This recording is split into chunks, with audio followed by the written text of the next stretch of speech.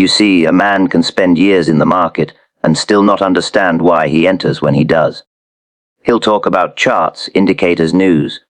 But when you strip it all down, he is acting on impulse dressed up as reasoning. And the market has a way of exposing that, doesn't it? Now let me ask you something. Have you ever noticed how the best trades never feel rushed? They don't come at you in a panic. They sit there, almost quiet, waiting, and yet most men miss them. Why? Because they are too busy chasing movement instead of waiting for position. A perfect trade entry is not about being early. That is the first illusion you must discard. The man who tries to be early is guessing. And when a man guesses, he is no longer trading. He is gambling with better vocabulary. The real business is in waiting for confirmation.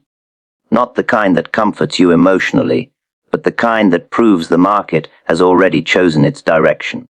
When a stock, or any market, begins to move with purpose, it leaves footprints. Price tightens, volume shifts, reactions become smaller than advances. Have you trained your eye to see that? Or are you still reacting after the move has already run? You must understand this. The market pays you for being right, but it rewards you for being patient. Now consider this. When you enter too soon, what happens? The market tests you. It moves against you just enough to shake your confidence. And what do most traders do then? They exit, of course. Not because they were wrong in direction, but because they were wrong in timing. And that is a costly distinction. Timing is not magic. It is observation. It is the ability to recognize when supply has been absorbed and demand is stepping forward with intent. When a market stops going down despite bad news, what does that tell you? When it refuses to rise despite good news, what does that tell you? There's your clue. You don't need to predict. You need to interpret. A proper entry comes after the market has already tipped its hand. The move begins, pulls back slightly, never too deeply, and then resumes. That resumption, that continuation, is where the professional steps in. Not before. Never before. Let me ask you, how often have you bought at the bottom, only to see it break lower? And how often have you sold at the top, only to see it climb higher? That's not bad luck. That's impatience disguised as courage. The tape, yes, even in modern charts, still tells the same story it always has. Strength appears as persistence. Weakness appears as failure to follow through. When price breaks out and holds above its level, that is not coincidence. That is commitment. And commitment is what you trade. Here is something practical you can carry with you. Do not enter on the first signal. Watch what happens after it. If the market confirms the move, if it holds, builds, and continues, then you act. Because when a trader waits for that confirmation, he aligns himself with force, not hope. And when you align with force, you reduce the need to be right immediately. Now think about your risk. A proper entry naturally defines your risk. If you enter after confirmation, the point of failure is clear. If the market retreats beyond that structure, you are wrong, and you exit cleanly, without debate.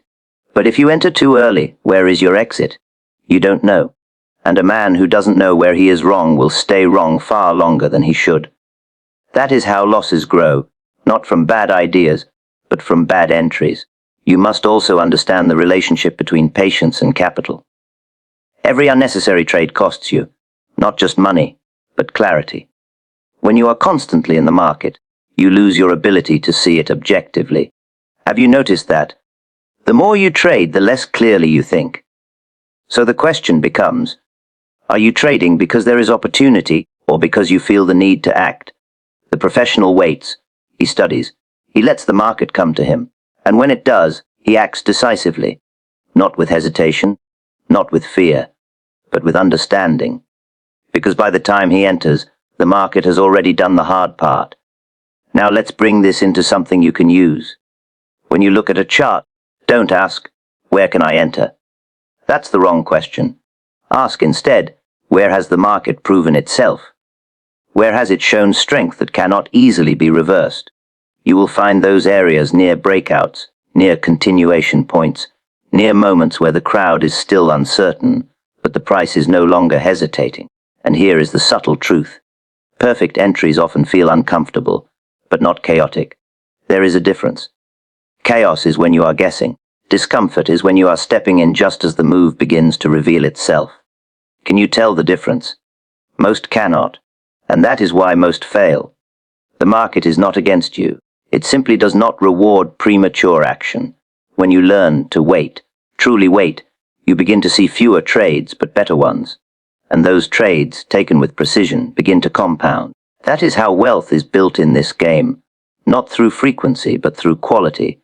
And when a trader understands that, his entire mindset shifts. He stops thinking in terms of winning trades and starts thinking in terms of correct behavior. Because when behavior is correct, results follow. Always. But here's where it becomes difficult. The market will tempt you. It will move without you. It will make you feel as though you are missing out. And in that moment, you must ask yourself, am I entering because the market is ready or because I am impatient? The market must confirm your idea before you commit capital. That sounds simple, but most men never truly understand what it means. They believe having an idea is enough. They study, they analyze, they form a bias, and then they act. But tell me, what is an idea worth if the market does not agree with it? You see, the market does not reward opinions. It rewards alignment. And alignment only comes when price begins to behave in a way that supports your thinking. Until then, your idea is nothing more than a possibility. Now consider this. How does the market confirm anything? It does not speak. It does not explain. It moves. And in those movements it reveals intent. When price breaks a level and holds above it, that is confirmation. When it pulls back lightly and then continues higher, that is confirmation. When selling pressure appears but fails to push price lower, that too is confirmation. Have you trained yourself to wait for that? Or do you still act the moment your idea feels convincing? Because here is the danger. When a trader commits capital before confirmation, he is relying on hope. And hope has no place in speculation. When you act too early, the market often moves against you. Not because your idea is wrong, but because it is not yet time. And timing, you see, is what separates the professional from the amateur. The professional waits for evidence. He watches how price reacts at key levels. He observes whether buyers step in with strength or whether they hesitate. He studies the follow-through. Because a true move does not struggle to continue. It carries itself forward with a certain ease. Let me ask you, when price breaks out, do you see immediate continuation, or do you see hesitation? That small difference tells you everything. A confirmed move builds on itself. An unconfirmed one fades. So what should you do? You wait for the market to prove that your idea is already in motion. Not about to move, already moving. That is the distinction most men miss. They want to catch the beginning, but the beginning is often uncertain. The safer opportunity comes just after, when uncertainty begins to disappear. And here is something practical. Watch the retest. When price breaks a level and then returns to it, what happens next matters more than the breakout itself. If it holds and moves away again, you have confirmation. If it breaks back through, your idea was premature. Simple, isn't it? But not easy, because waiting requires discipline. It requires you to sit still while the market unfolds, and most traders cannot do that. They feel the need to act, to be involved, to anticipate. But anticipation is expensive. Confirmation, on the other hand, is efficient. When you wait for confirmation, something interesting happens. You reduce your need to be right. The market has already done part of the work for you. It has shown direction, intent, and strength. You are no longer guessing. You are responding. And when a trader learns to respond instead of predict, his entire approach changes. Losses become smaller because he exits when confirmation fails. Wins become larger because he enters when momentum is already building. Cause and effect, always. If you act before confirmation, uncertainty increases, and with it, emotional pressure.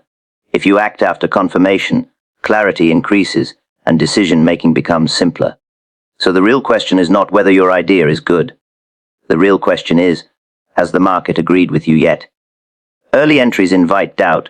Confirmed entries reduce emotional pressure. That is not just a clever phrase. It is the daily reality of every trader who has ever tried to get ahead of the market. You see, when a man enters early, he is stepping into uncertainty. He may have a reason, yes.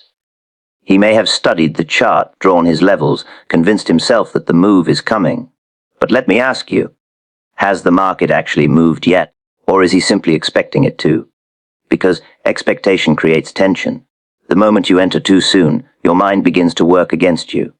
Every tick matters. Every small move feels significant. If price moves slightly against you, doubt begins to grow. You start questioning your idea, your timing, even your ability. And what happens next? You either exit too early, or worse, you hold while hoping it turns back in your favor. That is the cost of entering without confirmation. Now compare that to a confirmed entry. The market has already begun to move. It has shown strength, direction, and intent. You are no longer asking, will it move? You are observing, it is already moving. Do you feel the difference in that? When a trader enters after confirmation, something changes internally. The pressure eases. There is less need to constantly check every fluctuation, because the trade is supported by actual behavior, not assumption. The market has given evidence, and that evidence provides a kind of quiet confidence. Not arrogance, confidence. And that distinction matters. Arrogance comes from believing you are right. Confidence comes from seeing that the market is behaving in a way that supports your position. Now think about the emotional cycle of an early entry. First comes excitement. You believe you are ahead of the move. Then comes anxiety. Price hesitates or pulls back. Then comes doubt. You question whether you made a mistake. And finally, reaction. You exit too soon or interfere with the trade. Cause and effect. When you enter early, you invite that entire cycle into your decision-making. But when you wait for confirmation, that cycle is interrupted. The trade begins with evidence, not emotion. Price moves in your direction sooner, or at least behaves constructively. Pullbacks are smaller, more controlled, and because of that, your mind remains steadier. Let me ask you, how many times have you been right on direction but still lost money? That happens more often than most care to admit. And the reason is simple: you were right, but you were early, and being early feels exactly the same as being wrong. The market does not pay you for being early. It pays you for being aligned. So what should you look for? You look for strength that holds. You look for movement that continues. You look for reactions that are shallow compared to advances. These are not opinions. They are observable facts. When those facts appear, your entry becomes easier to manage. Your stop becomes clearer. Your patience improves. Because now you are working with the market, not against it. And here is something most overlook. Emotional pressure is not just uncomfortable, it is expensive. When a trader feels pressure, he makes poor decisions. He exits good trades too soon. He holds bad trades too long. He interferes. But when pressure is reduced, behavior improves. And when behavior improves, results follow. Always. So the real issue is not just where you enter, but how that entry affects your state of mind. Does it create tension, or does it bring clarity? Does it make you reactive, or does it allow you to stay composed? Price behavior matters more than opinion or expectation. A man may have the finest reasoning in the world, but if price does not agree with him, he is still wrong. That is the first lesson the market teaches, and the last one most traders accept. You see, opinions are comfortable. They make a man feel in control. He reads the news, studies indicators, listens to others, and builds a story. But let me ask you, has the market ever cared about a story? It moves regardless. And that is where most men go astray. They become attached to what they think should happen, instead of observing what is actually happening. They argue with price. They defend their position. They wait for the market to prove them right. But the market does not prove you right. It simply moves. And your task is to read that movement clearly. Now consider this. Price behavior is not random. It reflects the actions of all participants. When buyers are in control, price advances with strength. When sellers dominate, price declines with persistence. And when neither side has conviction, price hesitates. Have you trained yourself to recognize these differences, or are you still relying on what you believe should occur? Because belief can blind you. When a trader forms a strong opinion, he begins to filter information. He sees what supports his idea and ignores what contradicts it. That is human nature. But in trading, that tendency is costly.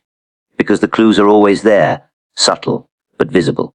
A stock that refuses to fall despite selling pressure is telling you something. A market that struggles to rise despite good news is telling you something else. These are not coincidences. They are signals. The question is, are you listening?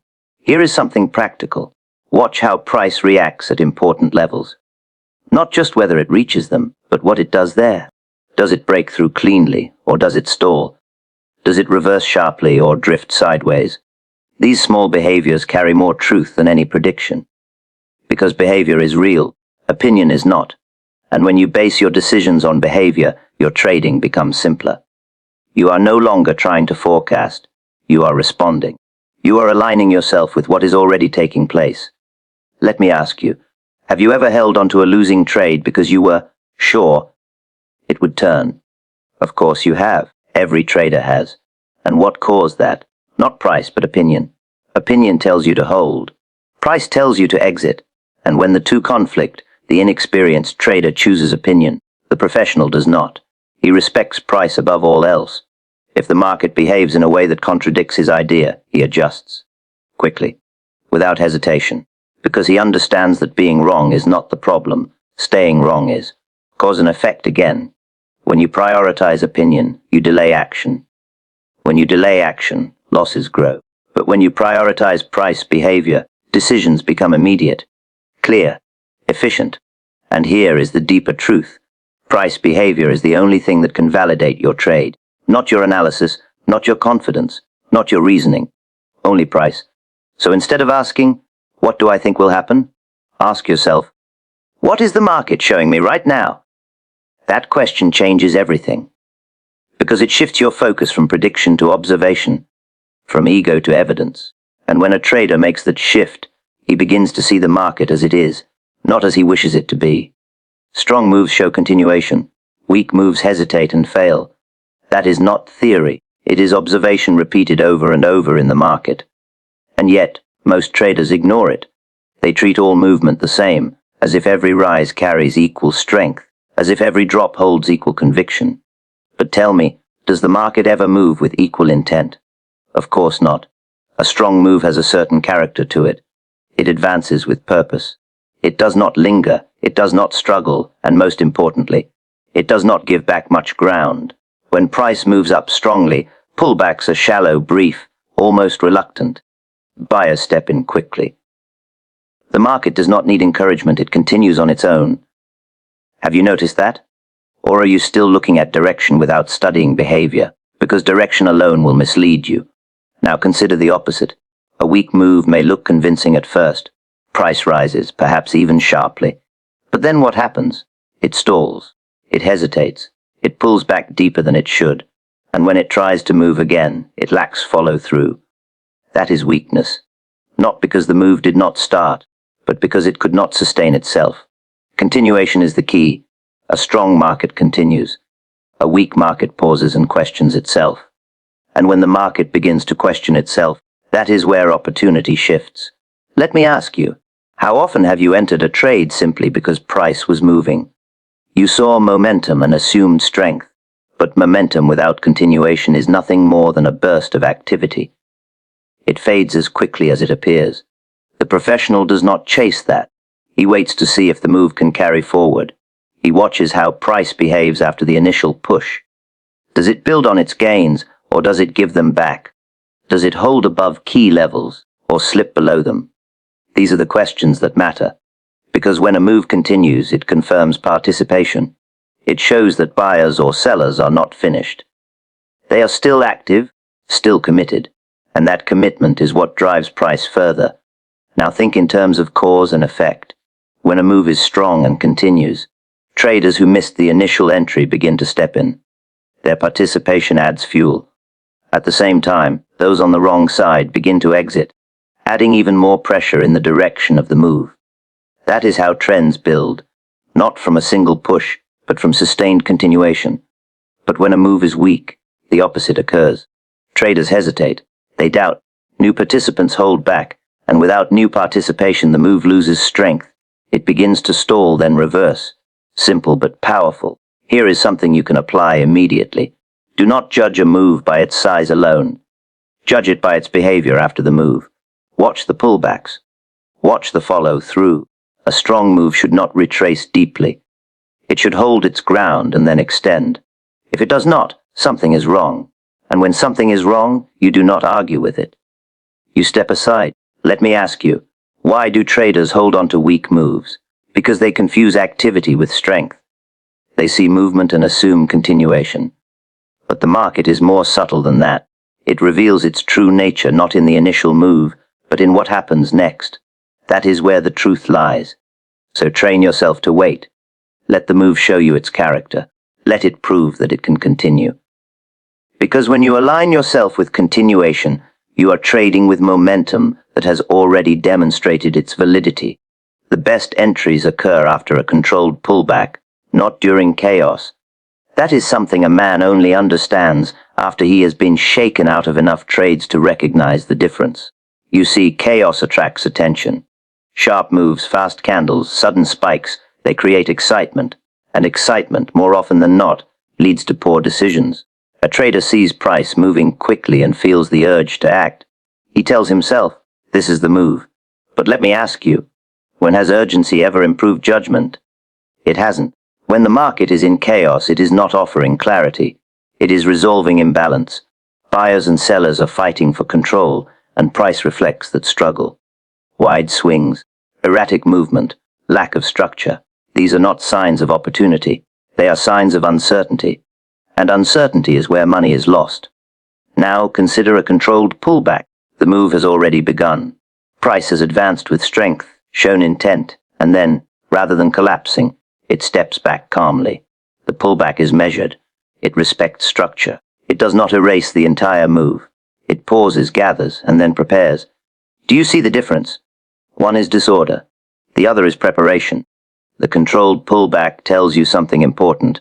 It tells you that the opposing side lacks conviction. Sellers may attempt to push price down, but they do so without force. The decline is slower, weaker, more contained. And when buyers step back in, they do so with greater ease. That is where the opportunity lies. Let me ask you, why enter during chaos when you can enter during clarity? Why commit capital when the market itself has not yet decided? Because most traders are drawn to movement, not structure. They believe the money is made in the fast move. But the truth is the money is made in the correct entry. And the correct entry rarely feels rushed. It feels deliberate. It comes after the market has shown both strength and restraint. Strength in the initial move, restraint in the pullback. Now think about risk. When you enter during chaos, where is your control? Price is moving quickly, levels are unclear, and your stop becomes guesswork. You are reacting, not planning. And when a trader reacts, he loses consistency. But during a controlled pullback, everything becomes clearer. You can define your level. You can see where the trade would be invalidated. You are no longer guessing. You are positioning. Cause and effect again. When you wait for structure, your decisions improve. When your decisions improve, your results begin to stabilize. Here is something practical. Watch how price pulls back. Does it retrace sharply and aggressively, or does it drift slowly, almost reluctantly? Does it break below key levels, or does it hold above them? These small details reveal whether the pullback is healthy or dangerous.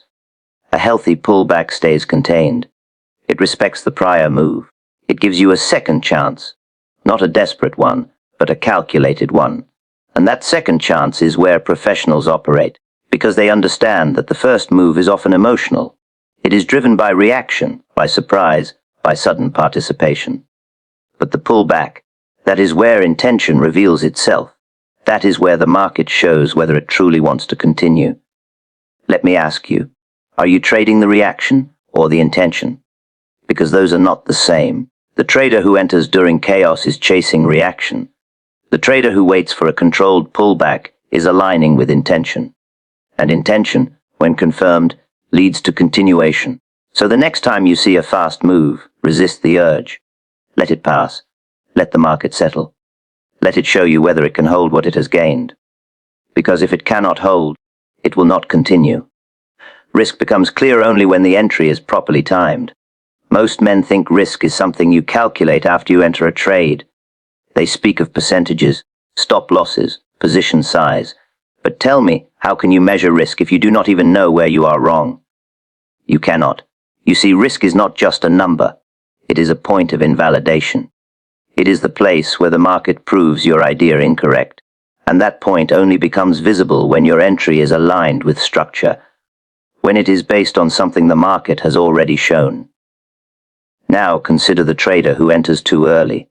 He sees potential, not confirmation. He buys before the breakout or sells before the breakdown.